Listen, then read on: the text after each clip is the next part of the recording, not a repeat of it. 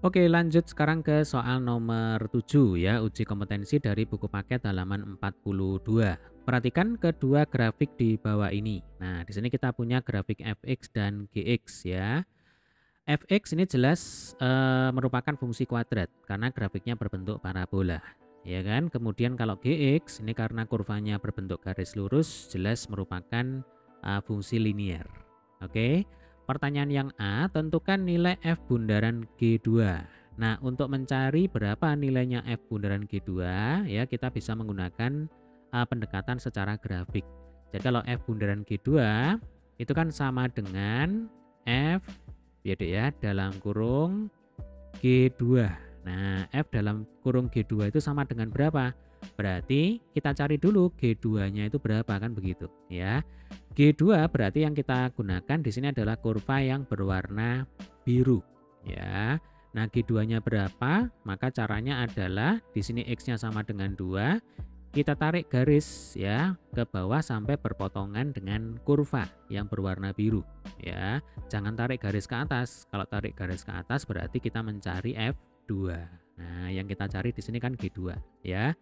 Oke, berarti G2 ini akan sama dengan 1. Negatif 1 ya. Nah, ini negatif 1. Berarti kalau misalnya kita bicara koordinat kartesius ya Dek ya. Ini kan koordinatnya adalah 2, negatif 1. Berarti G2 ya sama dengan negatif 1. Maka ini bisa kita tulis menjadi F dalam kurung negatif 1 ya. Selanjutnya kita akan menentukan berapa F negatif 1 ya secara grafik ya. Berarti yang kita gunakan di sini adalah kurva yang berwarna merah. Nah, sekarang X-nya sama dengan negatif 1 di sini. Nah, berarti ini kita tarik garis ke atas ya, karena yang kita gunakan adalah kurva yang berwarna merah ya, jangan ke bawah. Kalau ke bawah ya, maka nanti kita sama saja menghitung G-1. Padahal yang kita butuhkan di sini adalah F-1. Oke. Nah, berapa F-1? F-1 di sini sama dengan 1. Jadi, kalau kita pakai koordinat kartesius, ini koordinatnya adalah negatif 1,1. Ya sudah, berarti karena F-1 itu sama dengan 1, maka nilai F bundaran G2 itu ya sama dengan 1 dengan cara seperti ini. Ya, paham ya? Sekarang kita ke pertanyaan B. Tentukan nilai yang menyebabkan F bundaran Gx sama dengan 4. Ya, berarti di sini yang kita cari itu adalah X-nya. Nah, dibalik ya. Jadi komposisi fungsinya diketahui. Nah, yang ditanyakan di sini adalah nilai X-nya ya, atau yang dikenal sebagai fungsi inverse ya Dek ya. Kembali di sini kita bisa menggunakan pendekatan secara grafik ya. Jadi kalau F bundaran Gx ini kan katanya sama dengan 4. Maka ini bisa kita tulis F dalam kurung Gx ini sama dengan 4 ya. Ingat, tujuan utama kita di sini adalah menentukan berapa nilainya X di sini ya, yang menyebabkan F bundaran Gx itu sama dengan 4. Nah, supaya nggak bingung ya, Gx langsung aja kita misalkan ya, kita misalkan sebagai A. Maka kita bisa tuliskan F dalam kurung A sama dengan 4 ya Dek ya. Nah, FA sama dengan 4, berapa nilai A-nya? Nah, berarti yang kita gunakan di sini adalah kurva yang berwarna merah ya. FA sama dengan 4, berarti 4 di sini itu kan menunjukkan nilai Y-nya. Ya Dek ya. Berarti Y-nya sama dengan 4.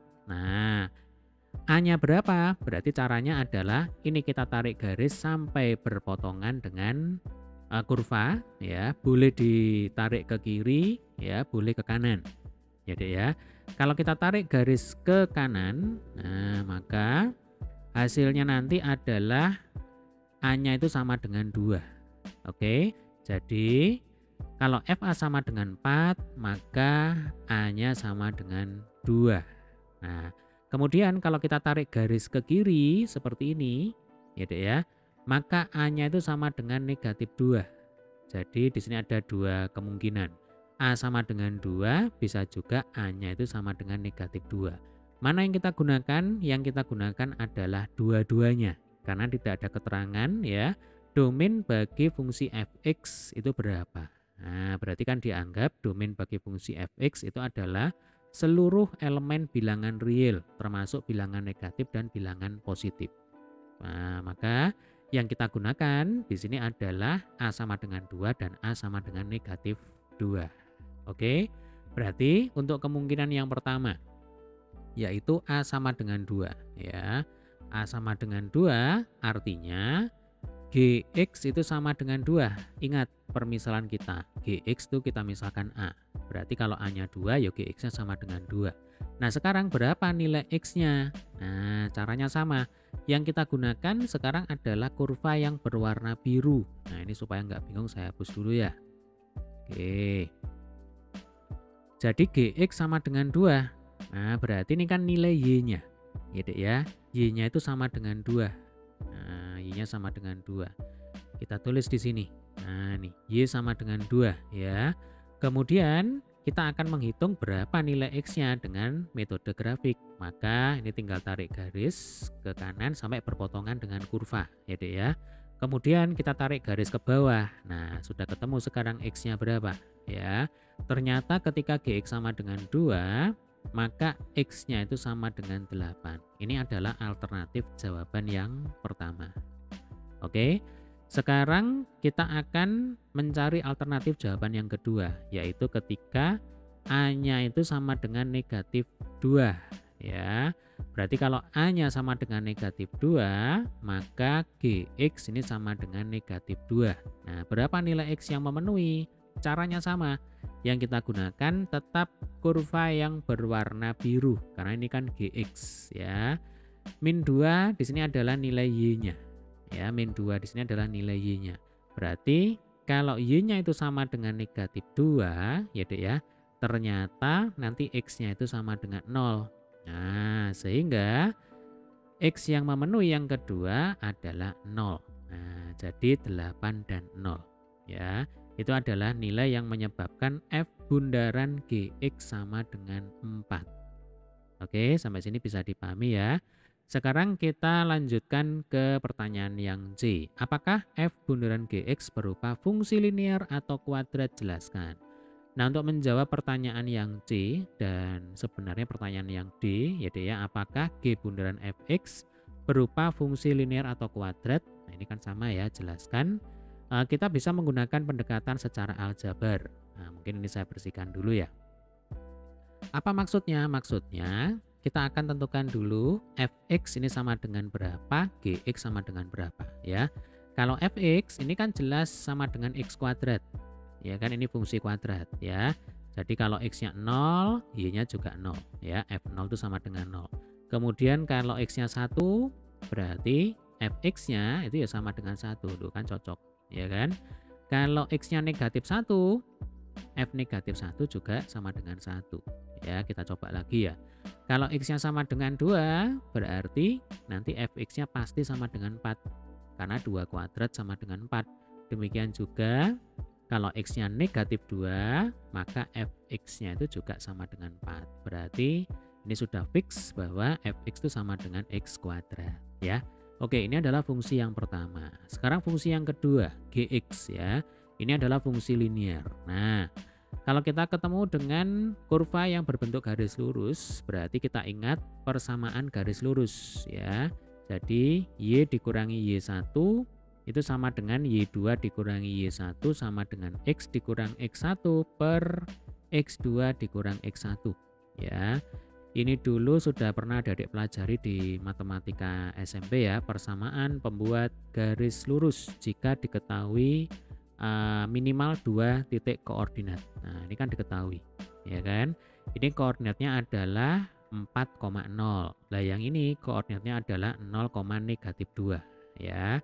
Berarti nanti tinggal dimasukkan aja ke persamaan. Kalau kita misalkan nih X1, Y1, lalu nih X2, Y2, maka nanti jadilah persamaan garis lurus seperti ini. Y dikurangi Y1, berarti Y dikurangi 0 ya, sama dengan Y. Lalu dibagi Y2 dikurang Y1. Nah, berarti min 2 dikurang 0 sama dengan min 2. Kemudian yang ruas kanan ini adalah X dikurangi X1. Berarti X dikurangi X1-nya 4 ya. Nah, dibagi dengan X2 dikurangi X1. Ya, 0 dikurangi 4 ya sama dengan negatif 4. Maka ini bisa disederhanakan ya. Kita coret-coret ini. Minus 2 dengan minus 4. Minus dibagi minus kan plus ya. Berarti ruas kanan yang bawah ini sama dengan 2 ya. 4 dibagi 2 sama dengan 2. Maka kita dapatkan persamaan garisnya itu adalah Y sama dengan berapa coba? X min 4 per 2 ya. X min 4 per 2. Atau dengan kata lain ya, Y di sini bisa diadik ganti menjadi GX. Ya, GX sama dengan X min 4 per 2. Oke, jadi Fx sama dengan X kuadrat. Kalau Gx sama dengan X min 4 per 2. Nah, saya tulis di sini aja ya. Gx sama dengan X min 4 per 2. Nah, sekarang kita akan coba untuk mencari komposisi fungsi f bundaran Gx. Ya, jadi kalau f bundaran Gx itu kan sama dengan f dalam kurung Gx. Ya. Jadi Gx itu ada dimasukkan ke dalam Fx. Nah, ini Gx masukkan ke dalam Fx ya. Apa artinya? Artinya X pada Fx ya itu kita ganti dengan Gx. Oke. Berarti di sini nanti kita akan dapatkan ya. Kalau ini X kuadrat berarti kalau X-nya kita ganti dengan X min 4 per 2 maka ini harus dikuadratkan. Berapa hasilnya? Hasilnya adalah yang atas dulu ya. Berarti X kuadrat kemudian minus 8x kemudian ditambah 16 ya. Ingat bentuk aljabar a min b kuadrat. Nah, saya tulis lagi di sinilah ya supaya tidak lupa. Jadi kalau a min b kuadrat itu sama dengan a kuadrat min 2ab ditambah b kuadrat, ya kan? Jadi kalau x min 4 kuadrat hasilnya adalah seperti ini. Kemudian yang bawah ini kan per 2, berarti ya ini dibagi dengan 4. 2 kuadrat itu sama dengan 4. Ya. Oke, ini adalah hasil akhirnya. Jadi x kuadrat minus 8x plus 16 per 4. Atau kalau mau disederhanakan ini jadinya seperempat x kuadrat kemudian dikurang 2x ditambah 4. Nah, kalau kita ditanya apakah fungsi komposisi ini merupakan fungsi linear atau fungsi kuadrat, jelas jawabannya adalah fungsi kuadrat. Di sini ada seperempat x kuadrat. Nah, ini kan ciri dari fungsi kuadrat, ya kan? Jadi nanti A-nya seperempat, B-nya min 2, C-nya sama dengan 4. Ya, berarti untuk pertanyaan yang C, jawabannya adalah fungsi kuadrat. Nah, sekarang pertanyaan yang D, caranya sama ya. Tinggal dibalik. Kalau tadi itu F bundaran Gx, sekarang G bundaran Fx. Nah, ini akan sama dengan G dalam kurung Fx ya. Apa artinya? Artinya masukkan Fx ke dalam Gx ya, masukkan Fx ke dalam Gx. Artinya X-nya Gx itu kita ganti dengan X kuadrat ya. X-nya Gx diganti dengan X kuadrat. Berarti langsung aja ini X kuadrat dikurang 4 per 2 ya. Atau ini bisa kita tulis sama dengan setengah X kuadrat dikurang 2. Nah, ini juga fungsi kuadrat. Jadi ya ini setengah X kuadrat. Nah, ini berarti fungsi kuadrat ya. Sehingga kalau ditanya apakah G bundaran Fx berupa fungsi linear atau fungsi kuadrat, jelas ini jawabannya adalah fungsi kuadrat ya, fungsi kuadrat. Jadi pertanyaan yang C dan pertanyaan yang D ini sama-sama fungsi kuadrat ya. Sekarang pertanyaan yang E, apa yang harus dilakukan dengan domain Fx jika diinginkan Fx itu mempunyai inverse? Nah, kebetulan tadi sudah kita hitung juga ya di pertanyaan yang B ya. Nilai X yang menyebabkan F bundaran Gx itu sama dengan 4. Nah, terlihat di sini bahwa yang memenuhi di sini ada 2 ya, 8 dan 0. Maka jelas Fx itu tidak memiliki fungsi inverse. Nah, kenapa? Karena kalau dibalik ya, relasinya dibalik, maka relasi tersebut bukan fungsi. Ini buktinya ya. Jadi mempunyai 2 nilai Itu kan berarti bukan merupakan fungsi. Nah, supaya fx ini memiliki fungsi inverse, maka domainnya itu harus dibatasi ya. Jadi di sini domainnya langsung aja ditentukan. Ini pertanyaan yang E ya. Jadi domain bagi fungsi fx ini boleh dipilih salah satu ya. Mulai dari minus tak hingga sampai 0. Nah, berarti sisi parabola yang terletak di sumbu Y negatif. Kemudian boleh juga kita tentukan di sini domain bagi fungsi fx itu adalah dari 0 sampai tak hingga. Ini juga boleh. Jadi di sini boleh dipilih salah satu. Nah, ini atau ya. Jadi kalau atau itu boleh yang atas, boleh yang bawah. Yang tidak boleh adalah dua-duanya. Nah, kenapa? Kalau dua-duanya diambil, dijadikan domain, maka fungsi fx tidak memiliki inverse ya, karena relasi kebalikan dari fungsi fx itu bukan merupakan fungsi lagi. Nah, oke, sampai sini bisa dipahami ya. Kemudian saya tertarik untuk kembali ke pertanyaan yang B ya. Kita akan coba menentukan f bundaran Gx sama dengan 4 ya. Kita coba untuk menentukan berapa nilainya X itu dengan menggunakan hasil yang sudah kita dapatkan ya di pertanyaan C. Nah ini, 1/4 X kuadrat dikurang 2X plus 4. Jadi kan istilahnya f bundaran Gx-nya itu sama dengan 4. Berarti kita lanjutkan di sini aja ya. Jadi 4 itu sama dengan 1/4 X kuadrat minus 2X ditambah 4 ya Dek ya. Nah ini kita akan faktorkan karena tujuan kita kan menentukan berapa nilainya X. Jadi kita kembali ke pertanyaan B ya, yaitu menentukan nilainya X supaya f bundaran Gx sama dengan 4. Berarti sekarang kita melakukan pendekatan secara aljabar. Nah ini, jadi persamaan aljabarnya seperti ini ya untuk f bundaran Gx. Ini ya, jadi f bundaran Gx itu sama dengan ini. Nah, kita coba kerjakan di sini ya, berapa nilai X yang memenuhi ya. Mestinya nanti nilai X yang memenuhi itu harus ada 2 ya. Kita coba dulu. Oke, berarti 4 ini kita pindah ke kanan ya, jadinya minus 4. Maka ini langsung aja 0 sama dengan 1/4 X kuadrat dikurang 2X ya. Kemudian X-nya ini bisa kita keluarkan ya, X dalam kurung 1/4 X dikurangi berapa coba? Dikurangi 2 ya. Jadi ini kalau kita kali masuk, nah ini dikali masuk seperti ini ya. Nah, itu akan kembali ke bentuk semula. X kali 1/4 X sama dengan 1/4 X kuadrat. Oke. Kemudian X dikalikan min 2 sama dengan minus 2X. Baru kita faktorkan. Nah, berarti yang memenuhi di sini yang pertama adalah X sama dengan 0. Ya kan? Jadi kalau X-nya sama dengan 0, maka 0 itu akan sama dengan 0. Ruas kiri sama dengan ruas kanan. Itu artinya memenuhi ya.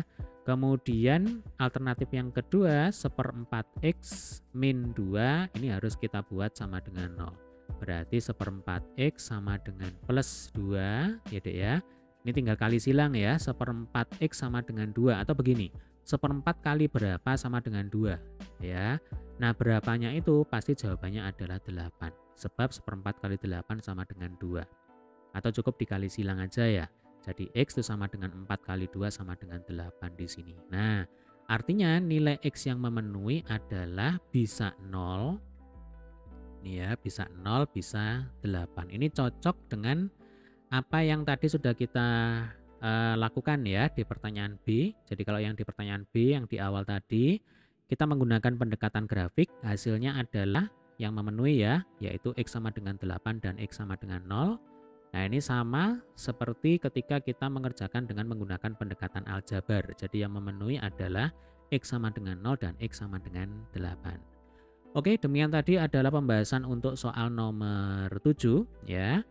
Sampai ketemu di video pembahasan soal berikutnya.